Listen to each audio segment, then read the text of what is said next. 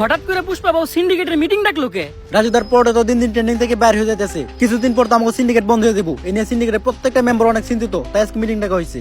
কিন্তু মিটিং এ তো সাজানো গোছানো কেন? আর পুষ্পা বাবু ঘুমাই কে? ঘুমাইবো না। আগে পুষ্পা তো স্যান্ডেল, এখন পরে জুতা নাইকি ডিওর। এই দান্ডা থেকে পুষ্পা অনেক টাকা কামাইছে, এইটা আমি শিওর। পুষ্পা তো নিজের বাড়ি বানাই লাইছে, আর আমরা এখন থাকি ভাড়া। এই সিন্ডিকেট বন্ধ হলে পুষ্পার তো কিছু হইব না, আমরা কেমন মারা। এটাই বাস্তব। চুপ!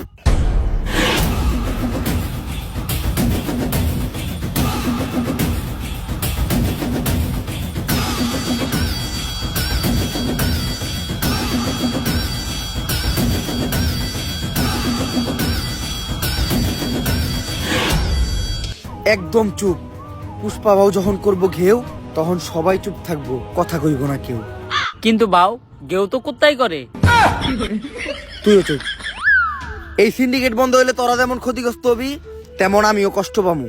কারণ এই সিন্ডিকেট হলো পুষ্পার সন্তানের মতো, পুষ্পা হইলে সিন্ডিকেটের মা। বাউ ডেলিভারি কি সিজারে হয়েছিল না নরমালি? খালি জুতাটা দিয়ে তোর গালে বাড়ি মারতে পারতাছি না, কারণ তোর গালের থেকে আমার জুতার দাম বেশি। সিন্ডিকেটের প্রত্যেকটা মেম্বার রে কইতাছি, এই সিন্ডিকেটরে এত দূর আনার পিছনে আমার কিন্তু একটা অবদান ছিল। অবদান অস্বীকার করা যাবে না ভাইয়া, কিন্তু সিন্ডিকেট এখন আর আগের মতো নাই।